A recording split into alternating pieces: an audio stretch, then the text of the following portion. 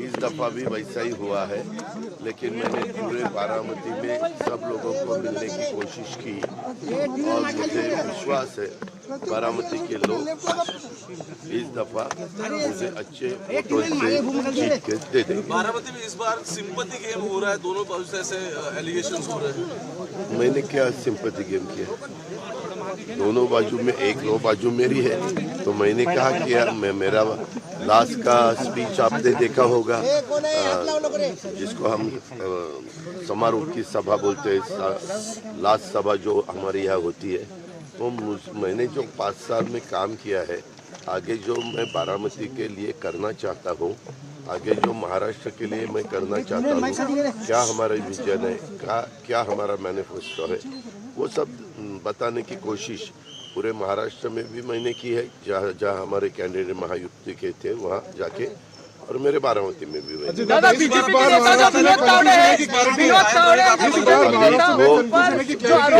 उसके बारे में ये जो है वो बारामती वालों का अधिकार है। बारामती के वोटर उसके बारे में सोचेंगे, लेकिन मुझे विश्वास है बारामती के लोग मुझे बहुत अच्छे डिफरेंस से, अच्छे मार्जिन से जिता के देंगे।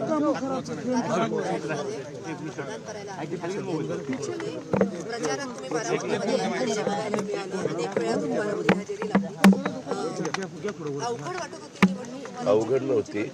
ज्यावेळेस आपल्या परिवारातलीच एखादी व्यक्ती उभी राहते त्यावेळेस आपण कुठल्याही परिस्थिती, म्हणजे आम्ही नेहमीच कुठली निवडणूक असेल तर ती निवडणूक आम्ही गांभीर्याने घेत असतो आणि लोकांच्या पुढे जाण्याचा प्रयत्न करत असतो।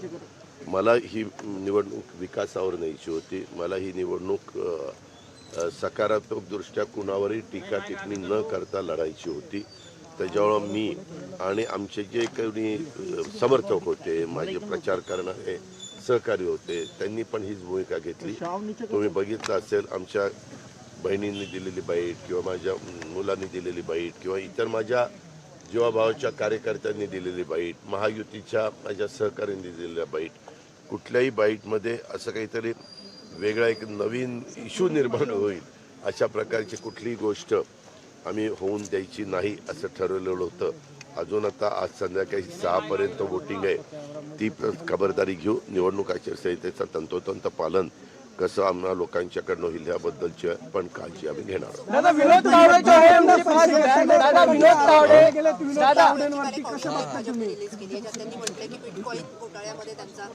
का कुणाच्या बद्दल मला मगाशी काही माझ्या पत्रकार मित्रांनी हा प्रश्न विचारला, त्या संदर्भामध्ये चौकशी करणे आणि चौकशी करून काय सत्य आहे ते पडताळून पाहिलं गेलं पाहिजे।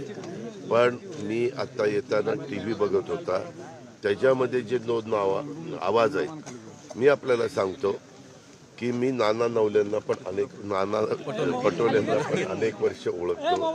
माझ्यावर ते पूर्वी आमदार पण होते, नंतर ते खासदार झाले, नंतर पुन्हा ते आमदार झाले, सभा आमचे स्पीकर होते एकेकाळी, असं त्या सगळ्या पदावर।